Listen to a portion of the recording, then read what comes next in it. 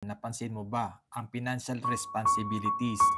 Bills, bayarin, utang, tuition, panggastos araw-araw, hindi yan nauubos.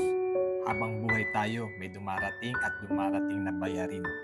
Pero alam mo kung ano ang nauubos? Ang lakas natin.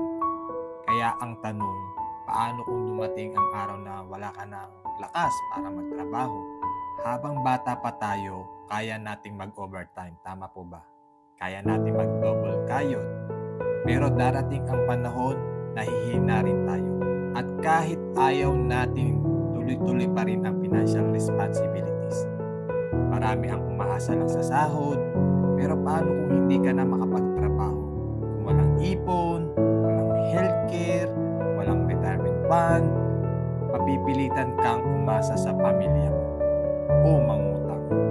Masakit isipin na pinaghirapan mo ng buong buhay, pero sa huli wala ka pa rin protection. Kaya habang malakas ka pa, gamitin natin ang lakas para maganda.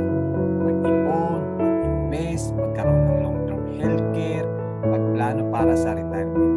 Dahil kahit mawalan ka ng lakas, may mga asset ka na tutulong sa'yo